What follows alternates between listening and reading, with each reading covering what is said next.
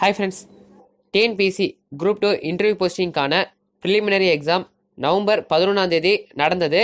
இந்த எக்ஸாமுக்கான ரிசல்ட் வந்து இன்று டிசம்பர் 17ஆம் தேதி டிஎன்பிசி அவங்களோட அஃபிஷியல் வெப்சைட்டில் ரிலீஸ் பண்ணியிருக்காங்க.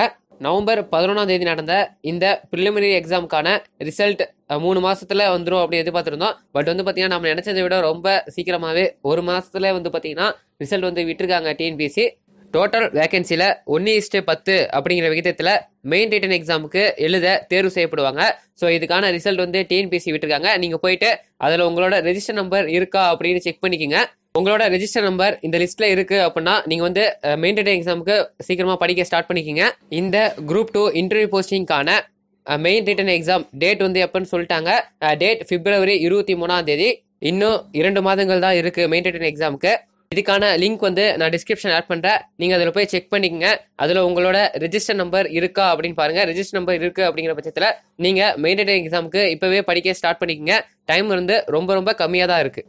ஸோ அவ்வளோதான் இந்த வீடியோ உங்களுக்கு பிடிச்சா லைக் பண்ணுங்கள், உங்கள் ஃப்ரெண்ட்ஸ்க்கு ஷேர் பண்ணுங்கள். மேலும் இது போன்ற தகவல்களுக்கு நம்ம சேனல் மறக்காமல் சப்ஸ்கிரைப் பண்ணிடுங்க. நன்றி.